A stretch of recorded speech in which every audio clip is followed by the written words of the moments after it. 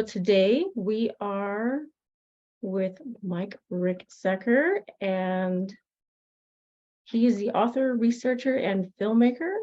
And he's been featured on travel channels, the Alaska Triangle, History Channel's Ancient Aliens, and The Unexplained, Animal Planet's The Haunted, and Gaia TV, and much more. And he is a director and producer of the Shadow Dimension docu-series. And you can also find him on his website and social media. But before we get there, I would like to introduce Mike Ricksecker today. And how are you doing today, Mike? I'm doing pretty well. Thanks for having me today, Melanie. I really appreciate it. Good, good. Nice to see you. Nice to see you. And so I would like to just start with anybody who's never heard of you or has never followed you. Maybe this might be someone's first time of meeting Mike. So let's My heart's broken. let's start with Mike. And how are you doing? And how are you on your Yeah. journey? And how have you gotten to where you are now? And can you share a little bit about yourself? Yeah, sure. It's been a pretty wild journey. Yeah, like you mentioned today, I'm a writer, have 13 books to my credit now, several television shows and all that wonderful stuff. Pretty significant YouTube channel and all that. But yeah, really my journey began as a child. I had several uh, fairly interesting experiences that I really couldn't explain. Really started as a paranormal investigator, but yeah, that was when I was 15 years old, back in like around 89, 90, somewhere around there. And I'd been at a friend's house. We had no idea what we were doing. She thought the house was haunted, and number of significant things happened to my friend David, who was very, very sensitive, and I was totally new to all of that. And so that incident really fascinated me. And so for several years, and this is early on, there was no web, uh, no internet, anything like that. So it was whatever you could find as books in the library, and I was in a small town, and so wasn't a lot of information available. But I was really fascinated by all those sorts of mystical things. And so when finally had access to the web, some information was out there. There were a lot of message boards, things like that. So I really just started collaborating with people, and we just started sharing stories and things like that. And years later, it culminated in I was already a writer, and I had a publisher reach out to me about doing some things that were more paranormal and supernatural in nature, and it just kind of steamrolled from there. Really, 15 years ago. Wow, and how's it been on that journey of 15 years? Has it gone further than you'd ever imagined? It's gone in a lot of different directions. My writing career, I thought I was going to be a mystery writer. My first book was a mystery novel, and I'd always written about those sorts of things. When I was a 7-year-old kid in second grade, I really loved the Encyclopedia Brown books. So I was trying to mimic those as a 7-year-old. But I also had some little ghost stories I was writing, and also historic fiction, if you can imagine that as a 7-year-old, but I did. And so I thought I was going to pick up that mantle. But when that publisher, who ended up being my editor for that particular publishing company, when she had reached out to me, she had noticed that I had that interest. And this is like back in the MySpace days. So she was taking a look at my profile. I was living in Maryland at the time. So they were interested in picking up a writer in Maryland to do a book about true ghost stories, haunting, supernatural activity, that sort of thing in the state of Maryland. And she noticed that I had that sort of interest. And so she said, "Hey, I know you're a fiction writer, but would you be willing, to write this particular book?" And I pretty much I mulled it over a little bit in a night, and I definitely agreed to do it. But that was okay. Ghost stories and things like that. But the research over the years has been far greater. Uh, over the years, talking with people, um, the different information I've been able to find out, what I've been able to dive into, going to places like Egypt or the American Southwest, Choco Canyon, things like that, has really, really opened my eyes to a much even greater world. So now a lot of my work is kind of more esoteric, ancient wisdom. I have a book here on time travel that hits on a lot of different topics. So yeah, sure.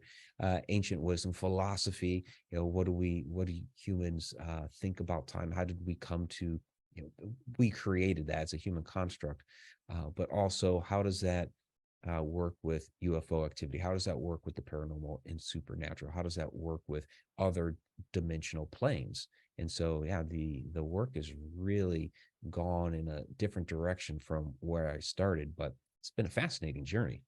Yeah, and that's what it seems. It seems like one of those, like, just spin the bottle and see what topic you land on for the day, and since you are so informed and educated and wise on so many topics, where is your passion at mostly?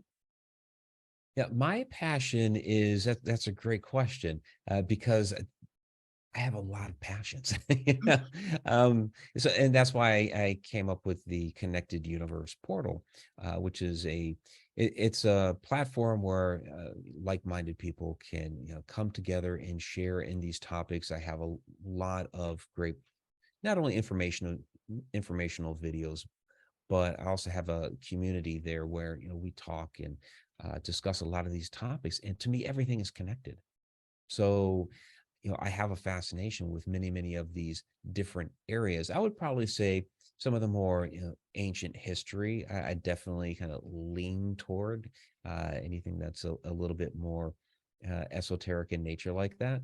Uh, but it's all of it's really fascinating because it's all connected, and to see how how are our UFOs, UAPs are really a hot button item right now. But we look back through that phenomena. How does that relate to a lot of our ancient legends and lore from hundreds, sometimes thousands of years ago? How is that connected to a lot of the different experiences that people have with a variety of different entities? And what did the ancient peoples think of these things? What are the teachings that they have handed down over the millennia? Right? And then for your perspective with ancient history and knowledge, what is your perspective on our beginning and evolution? Oh, wow. Well, we are certainly far older than the traditional history would like to give us credit for. I do believe that there is an Atlantean civilization that was destroyed by a great cataclysm that had spread out across the world, and we find civilizations and cultures far, far older than what we previously thought. I just posted an article today on my social media about, and it's really just confirming what a lot of scientists have been talking about for several years now about how ancient the peoples in America are. That's older than people coming down across the Bering Land Bridge. They did, but they had these massive ice sheets in the way. Well, they're finding remains and artifacts and things like that far older than that throughout the Americas. So there's definitely a lot more going on than we give credit for. And so to see that that research evolve and hopefully become more accepted has been really fascinating. Right. And then where do you see humanity going within the next? Because I know that we're going somewhere within the next 10 years. So I would say the next 20 years, where do you see humanity going? Well, I'd like to see us go more to the stars. I am encouraged by a lot of our current technology. We have a lot of various factions that are looking to get back into space and into deeper space, which is wonderful. Even though it's a long ways off, the Earth isn't always going to be here. At some point, the sun will become a red giant, and the Earth will be no more. That's the way solar systems go. So at some point, we do need to find a way off the planet. And so to see those steps happen, now we need to take care of the planet that we're on. We need to, make sure, we nourish it as it continues to nourish us, so that we can go and do these things. So, um, yeah, and I believe our origins as, as humanity, I believe that, we also come from, somewhere else in the stars. That, we are not originally from Earth. We're different than, pretty much every other organism on this planet. And so, we will once again have to find another home. And so I'm excited to see those steps taken. Right. And what is your perspective on the human evolution? Um, the oldest remains of Homo sapiens that they have currently found is about 315,000 years.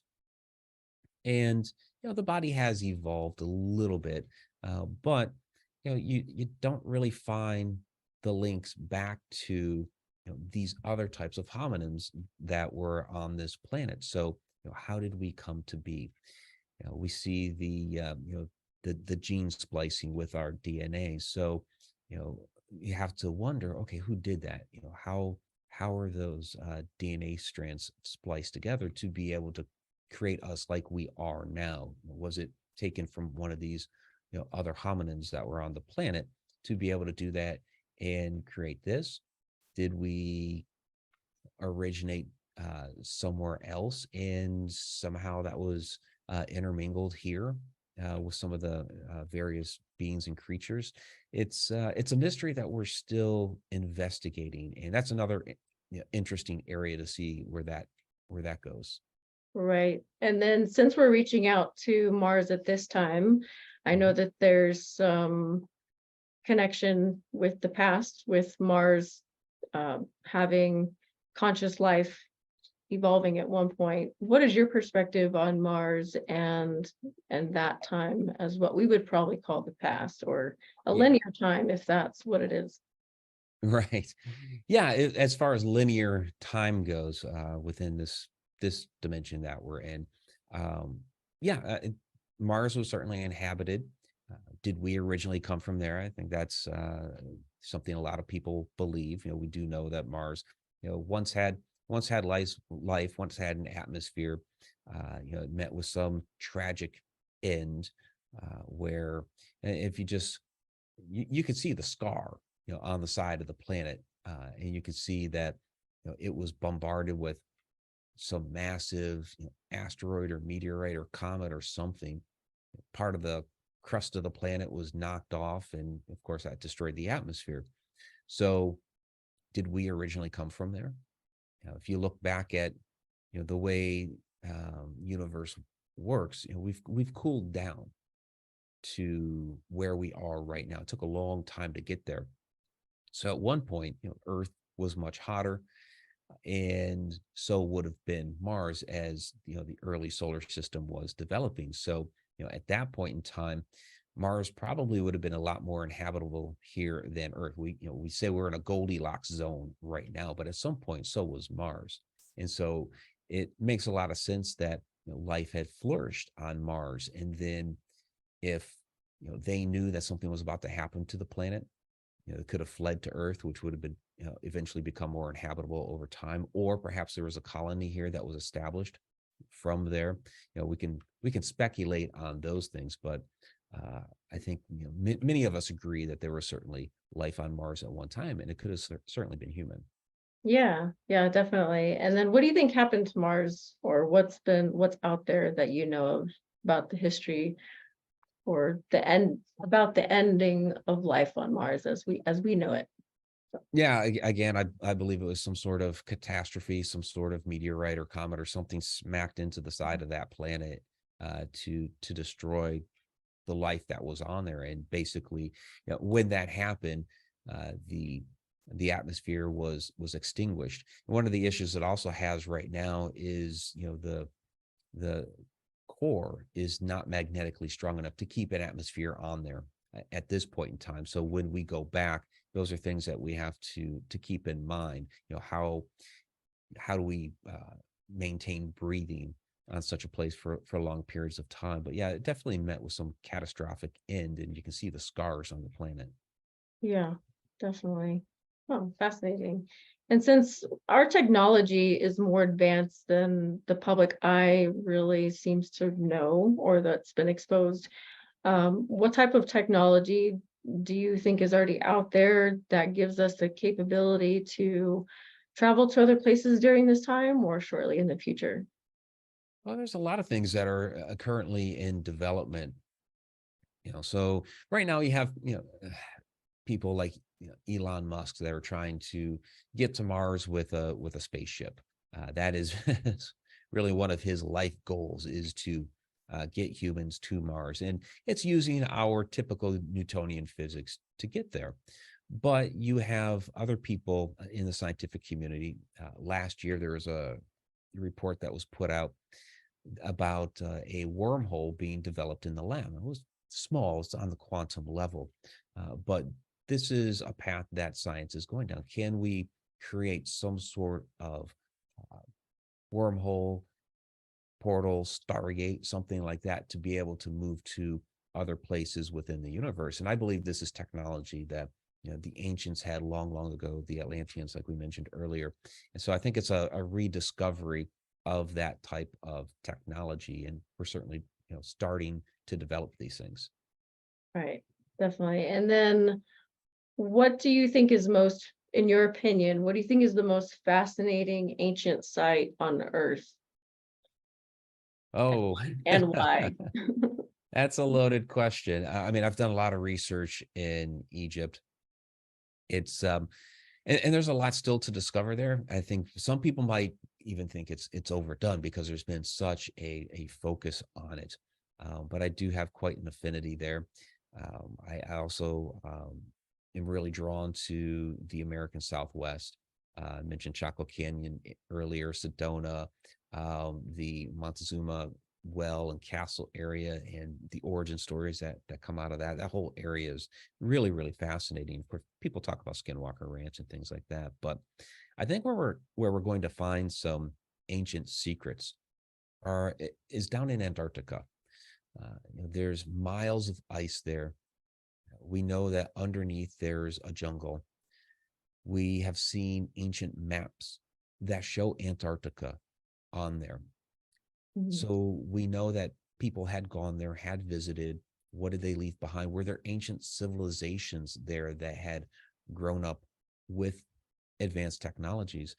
And we know that there's always been a interest there from certain factions. We hear the stories about extraterrestrial bases and things like that there, but we know that during World War II that the Nazis were very interested in Antarctica. Why was that?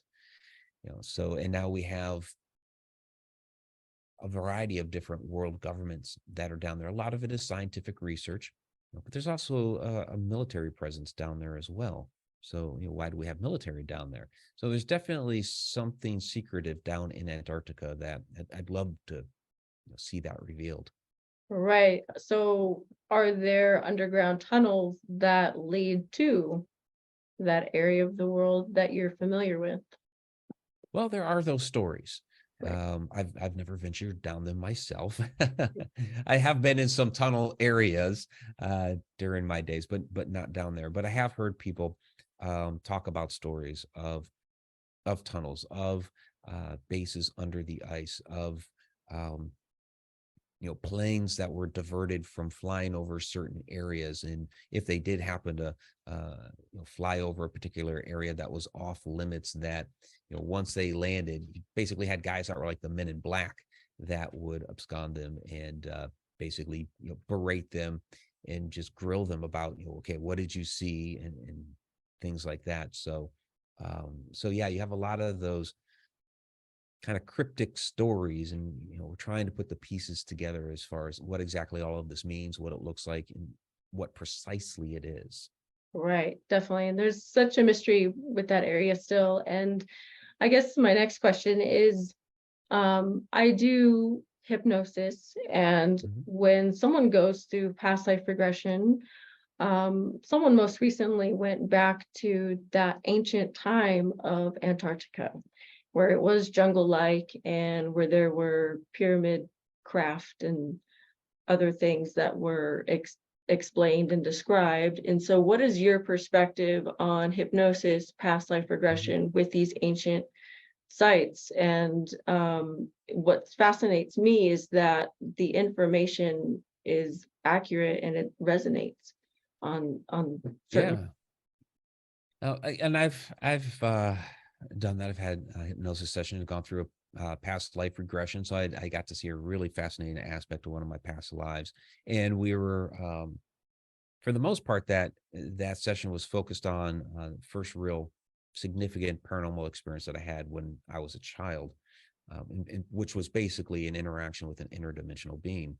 But there was a part of it in which the hypnotherapist had some other questions to ask my higher self, and through that we got into actually Antarctica and what may possibly be down there.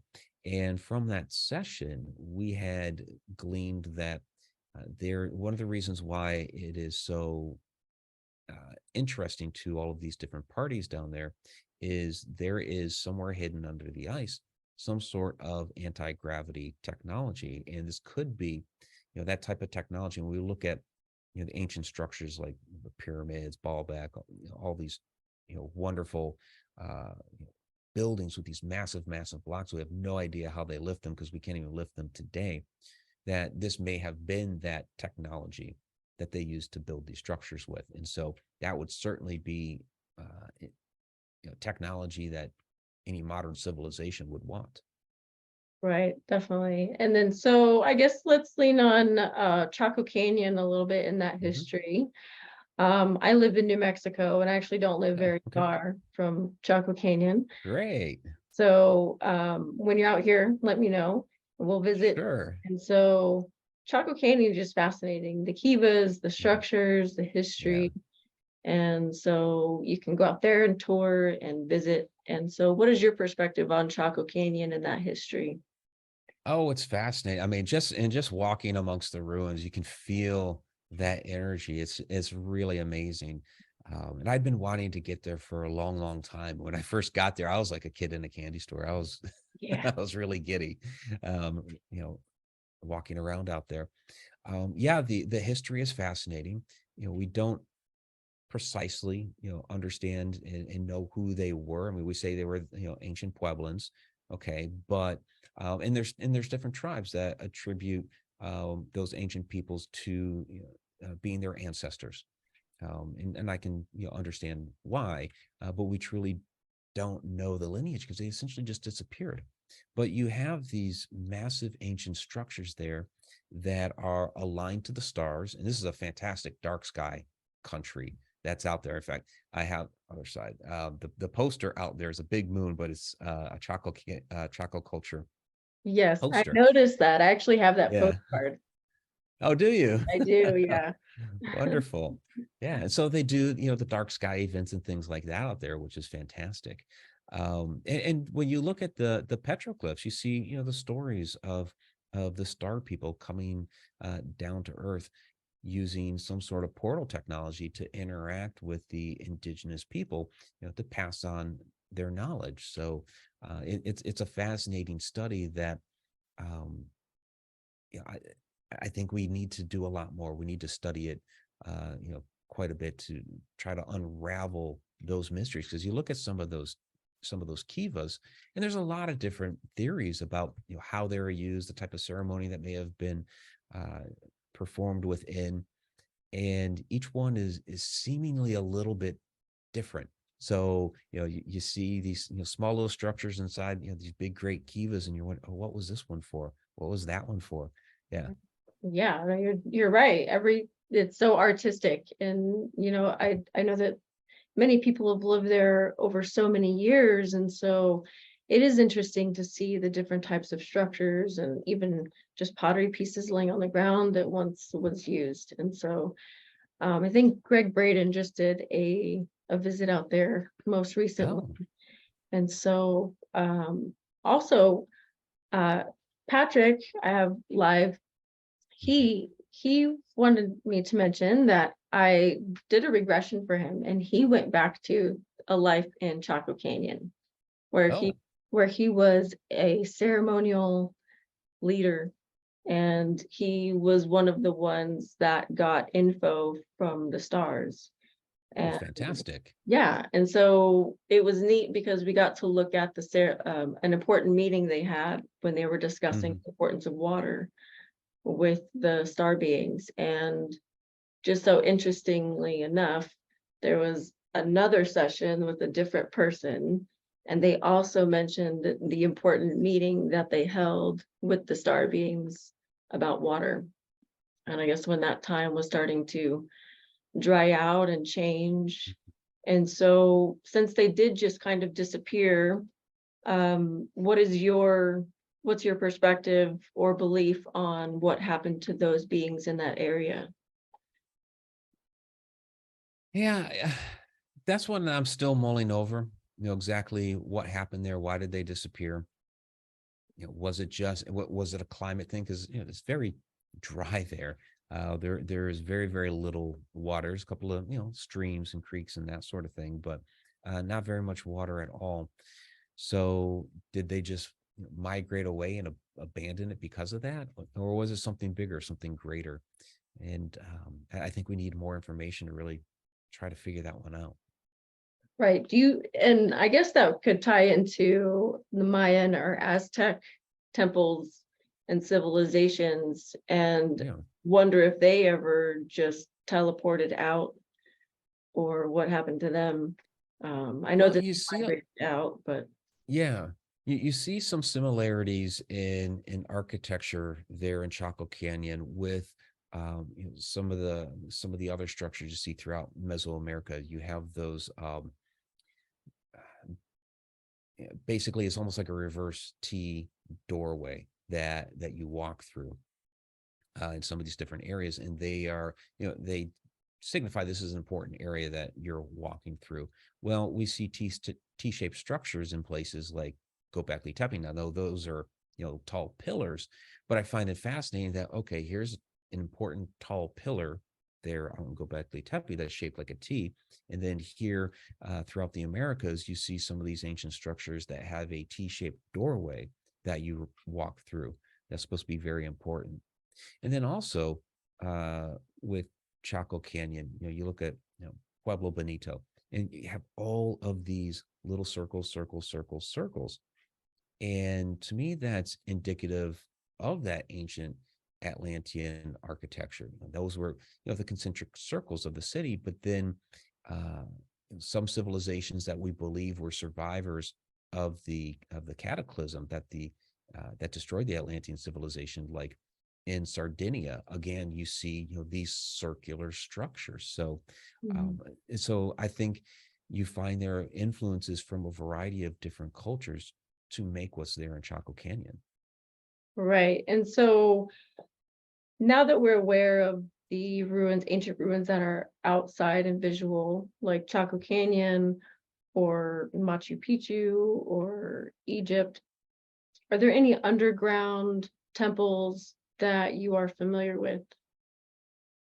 Or There are a number, yeah, there are a number of places around the world that are believed to have some of these buried temples, buried structures. I mean, some of them, we have found, like Kuyu, where you have these underground tunnels and living spaces. There were some temple areas and things like that, that span for miles, many, many levels. We really don't know how far it goes back. They were used by a variety of different civilizations over the years. And I believe in some cases, they were used for trying to survive some of these great cataclysms. When we look throughout our ancient history, the last pole shift was around 40,000 years ago. And this is where we find a lot of cave art and things like that, because when that pole shift happened, um, the Earth's magnetic protection, that our magnetic shield protects us from the solar flares and the solar wind and all that. Well, it was reduced down to, they estimate, about 8%. So if you were to go outside during the day at that time, you were going to get fried.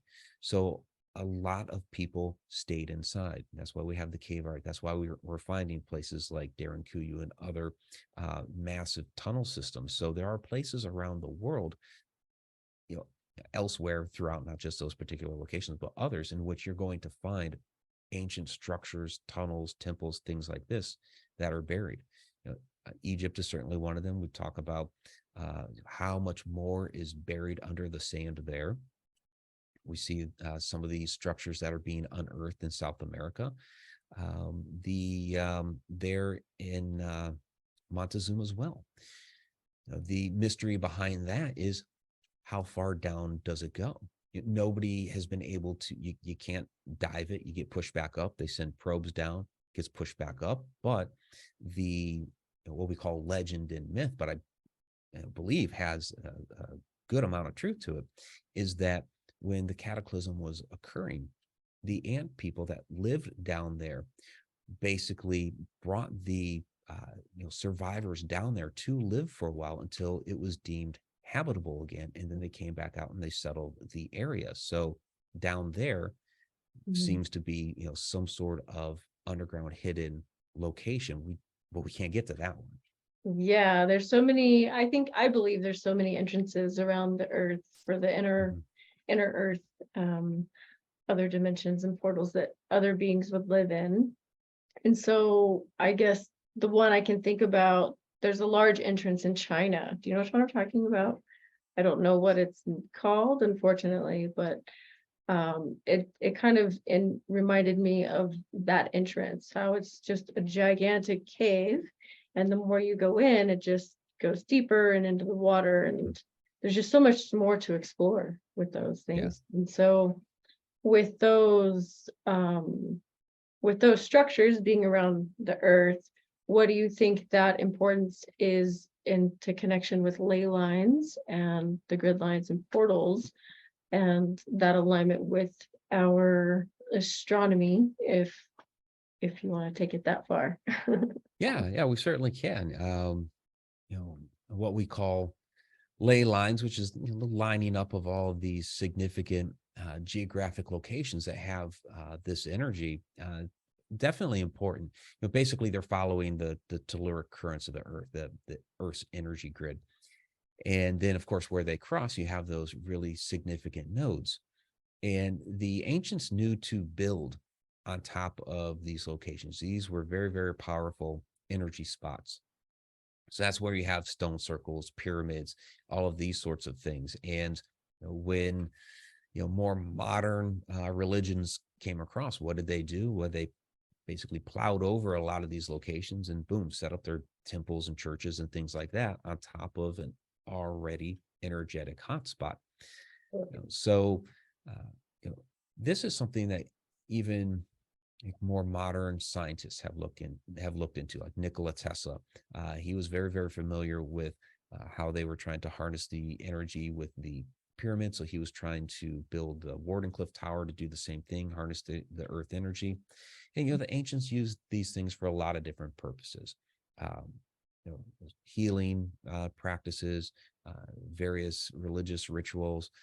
There was stargates and portals and things like this that could also be connecting these things. And there's a lot of energy there. And even today, when you go to some of these locations, you can still feel it. The story I like to tell is a little over a year ago, I was out in Ireland, and I was standing in the middle of Drombeg Stone Circle. It's a smaller one, and it has 13 of the original. We think it had 17 stones. Only 13 are left, and of course they're weathered down. They're a couple thousand years old. But you stand in the middle of that, and you just try to talk. You just try to speak, and the reverberation that comes back at you. It's an acoustic effect that they built into this structure, and the way it just bounces back at you is amazing. You can feel it throughout your whole body. And so just to think, wow, this is thousands of years later, and this effect is still happening. Imagine when this was in its prime and all the stones were there and they were in their great tall glory, how much more powerful that would have been. It's amazing.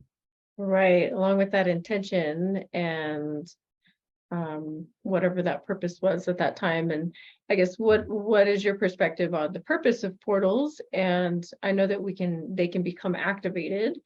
I know that they can become deactivated. But what's your perspective on that as well, with the portals and what's active compared to what has been, I guess, dormant for some time?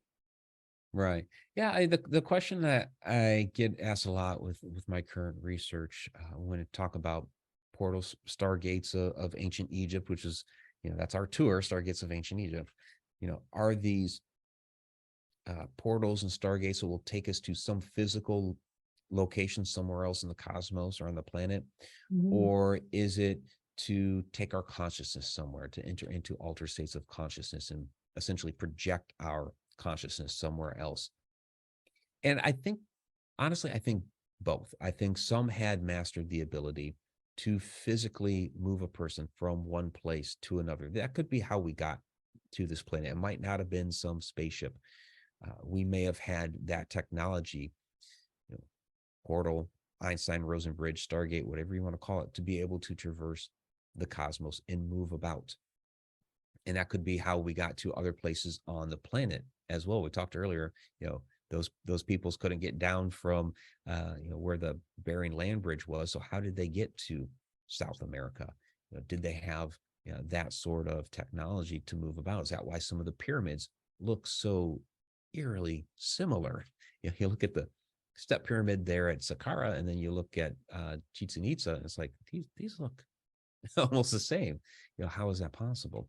So that could be physically uh, a physical portal in that sense. Mhm. Again, could also be altered states of consciousness where you're able to project somewhere.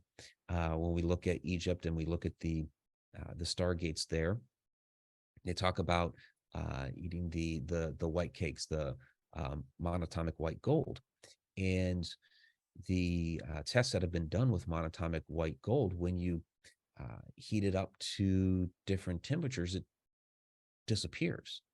So if you were to ingest that, did you disappear? Did you go off to some other dimension? It's really fascinating to think about things that we have to test. But we see some accounts like in triangle areas around the world, the disappearances of Flight 19, the Bermuda Triangle, Douglas Skymaster in Alaska, or the Boggs Baggage plane in Alaska. We have to wonder, where did those planes go? They've never been found. All these years later, after thousands and thousands of hours of searching, spy planes were used in some of these cases, and not a thing to this day. So some people speculate that they passed through some sort of portal. The energy of the triangle area, which is basically a real more powerful node on one of those crossings of the ley lines, welled up. There was some, whatever the catalyst was, we don't know. And the portal was spawned up and the plane passed through. But then you have to ask the question, where did it go? Did it go to some other dimension? Did it go to some other point in time? And if it did go to another point in time, okay, go into the future? Did it go into the past? So let's speculate for a second. It went through a portal, went into the past. Say 500 years, throw out an arbitrary number. Well, what would an airplane look like to indigenous people of the area 500 years ago? So they would have no context of an airplane. But yet all of a sudden they see this thing in the air, wide wingspan. They're going to think it's some sort of bird, which is very loud. So is this where some of our Thunderbird legends come from? Did they actually see some of these airplanes from our point in the timeline come into theirs via a portal? That's fascinating.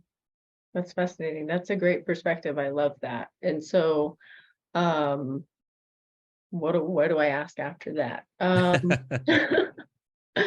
Let's see. So if I were in ancient Egypt and I saw this plane come through a portal in the sky, um, that's that's a great example of why there's airplanes on the ancient Egyptian walls. And so that's a great perspective. I love that. Thank you for sharing that. And so Absolutely. tell me what more you do on the ancient tours and what sites you've Oh, been sure. to, and are you going anywhere Mhm. else currently? Yeah, we've done a handful of different tours, Egypt a couple times, Ireland. We're going back to Egypt here in April 16th to the 28th, the Stargates of Ancient Egypt tour. People can find the information through my website, mikericksecker.com. But we do a lot of things on this tour. It's really packed full of a lot of stuff. We get Great Pyramid of Giza, 2 hours access, just our group. And the whole pyramid is opened up to us. So, if you were to go there just doing the public thing, you'd Mhm. essentially be able to go up through the Grand Gallery, up into the King's Chamber, and back down. But our group for 2 hours, just us, gets the whole thing. So, Queen's Chamber, Subterranean Chamber, all of that, which is wonderful. And a lot of people on those tours will sit in some of the different chambers and attune themselves, and you can really feel the energy there. So we do that. Of course, we explore the whole Giza plateau. A lot of we get into so many of the different temples, like Abydos, Dendara. So you want to see some of those different hieroglyphs. You want to get into some of the stargates. We get into to all of those. We have a 4-day Nile cruise. So essentially, we're sailing up and down the Nile River, getting dropped off, and investigating some of these different temples, Elephantine Island. It's really, really amazing.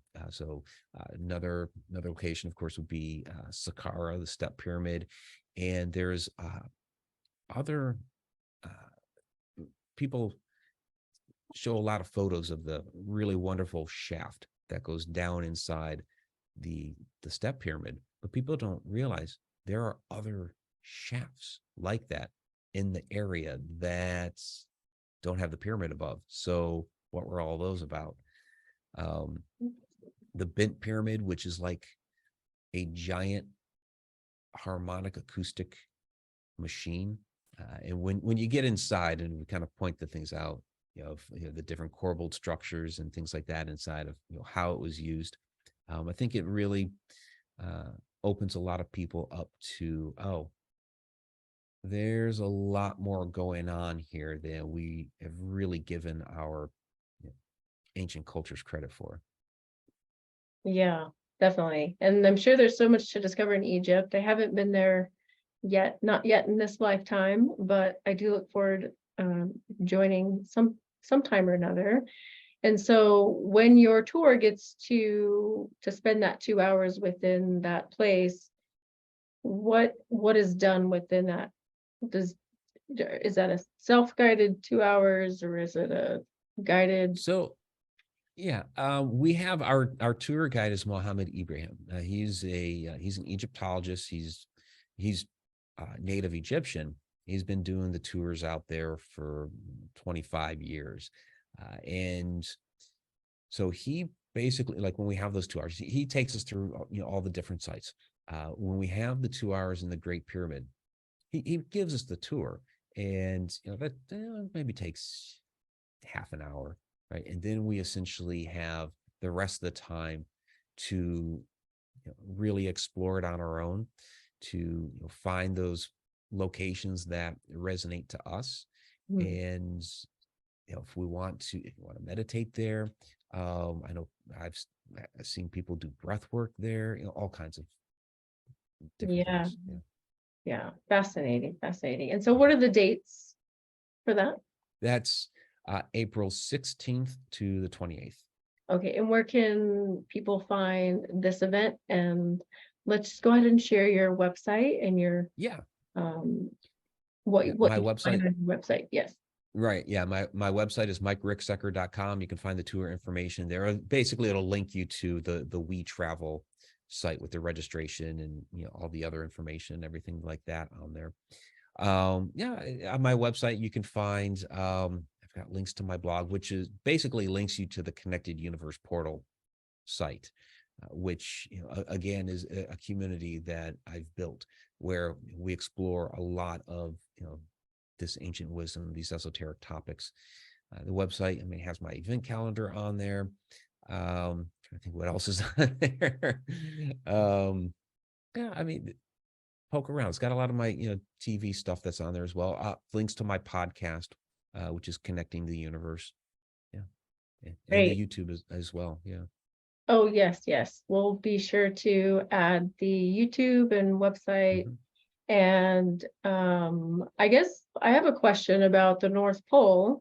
What what do you think about the North Pole, and if there's any connection, ancient sites or ruins there? Um, the North Pole right now, there's not a landmass there. It's just straight ice. Um, However, a lot of things get hidden under the ice for long periods of time and move around and shift around. So, some of our lost ships and vessels and things like that, it's possible they could have drifted up there. Um, and how far down does it go? It's kind of one of the questions too. I know a lot of people try to speculate, there's an entrance to Hollow Earth and things like that up there. I don't know about that. But as far as something hidden under all of that ice up there, there probably is. Mhm. Okay. And then I'm going to ask a question back on Inner Earth. And so, do you feel there are any beings currently living in the Inner Earth at this time? And if so, Yeah, where?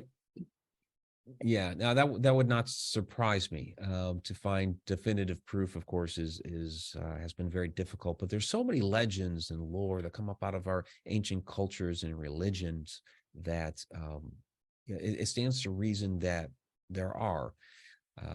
There's so I'll say this: I don't believe in hollow Earth, as in like there's a sun inside of our Earth, and there's like a whole a whole other universe that's essentially living inside. But I think there are very, very large cavernous areas within the Earth in which, yes, you could certainly have civilizations and people and things like that living within. And just the way um, you know the way that magma, volcanoes, things like that work, you're going to have large areas like that within the earth that were once large volcanic chambers. They had the magma and things like that. We're very familiar with lava tubes and things like that. Some of those are really, really large, where it's like this massive tunnel that you're walking through. So certainly areas like that where I know our military is using some of those, and they've branched off from there. We do have stories of their tunnel networks and things like that. So yeah, I definitely think there is another world beneath us that is certainly worth exploring. Right, definitely. And then I guess we have a little bit more time here. I guess another question I have is, what's your perspective on the soul, the human soul? Or just not, maybe not narrow it down to human soul, but the soul as we are. Mhm. What is your outlook on the human soul and that evolution once we pass from our current time and body? Yeah, yeah. So yeah, the consciousness. Um, this is a really, really fascinating area of study. There's so many different ideas, and I did talk a bit about consciousness in my new book, Travels Through Time. And um, it's I believe that our consciousness is, because I believe all time is concurrent, past, present, future. It's all here at the same time. But I also believe in reincarnation, past lives. So I believe that our consciousness is basically plugged into this universe in a number of different, say, ways, but a number of different timelines. So in a way, it's like almost split. It's multitasking. It's um, and I think that's why we have deja vu in some locations that we walk into. It's not just maybe we had seen it in a dream, which can happen, but I think sometimes we walk into a location and it's so familiar to us because another part of our consciousness is actually working in that location on another point in the timeline, which is fascinating to think about. Mm. So yeah, I believe our our consciousness is here living. It's a fascinating thing to think about. Our bodies are multidimensional because we have our consciousness in the timeline on the fourth dimension in a third dimensional structure which is the body. And we're down here learning, interacting, and things like that. And then our consciousness essentially is projected from whatever we would call the home world. Some people call it, the simulation, or some people call it heaven, summerland. You have all these different terms and ideas. I think we're essentially all really talking about the same sort of place. And I believe it's kind of projected multiple times into these various points in the timeline, and in interacting with the universe. Yes, definitely. Yes. And I guess depending on your experience is where you're going to sit with that. And Mhm. I know near-death experience is another topic. And so with aside from NDEs, you mentioned the deja vu. And so I Right. guess it could be our last question is, what is your perspective on deja vu? Yeah, I think it can be a couple of different things. I kind of mentioned one of them there already, but another one, while we're sleeping, our consciousness is able to move about and explore. Our brain enters into different wavelength states, and we're able to move into other areas on the timeline. So there are times where you know we will get a glimpse of the future, and it might be a whole large scene. Sometimes we might get a little bit of something. And then, of course, when we wake up, a lot of times, when we try to tell the story to somebody of a dream that you had, it's like, oh, this was happening. Oh, what was it? And you tend to forget some of the details, right? Yeah. And so I think, sometimes, okay, we're traveling off to the future, getting a glimpse, and we come back, we don't have it all. So then all of a sudden we walk into a location where we had actually visited while we were asleep. And we're like, this is really familiar. And it's because we had seen it in a dream somewhere. Wow. Yep. I can give credit to that. That sounds good. Mhm. Yeah. Well, thank you very much. It's been such a pleasure speaking with you and asking you questions. And thank you for sharing your knowledge and wisdom and education for everybody. And so is there Absolutely. anything else that you want to share with anybody before we end our podcast interview today? I would say, you know, the couple of reasons I believe that we're here on Earth is, to love one another, help one another. So please continue to do so. And then also, the knowledge that you are gaining, that whether through your explorations, your reading, life experiences, please pass that knowledge and wisdom down to the next generation. Hopefully they'll pick up the mantle, but you know humanity seems to find itself in these crazy cycles, and we need to keep pushing forward. And the way that we're going to do that is by handing that knowledge down to the next generation. Yes, absolutely right. Absolutely. Thank you so much for your time and perspectives, and I really do appreciate that. And Thank you, Melanie. I thank everybody for joining us today on our show. Quantum Healing Today can be found on any podcast platform internationally. And you can also find us on YouTube, which would be YouTube at Quantum Disclosure Project channel. Those two channels are going to merge. And so thank you, Mike. And until next time, until we speak again.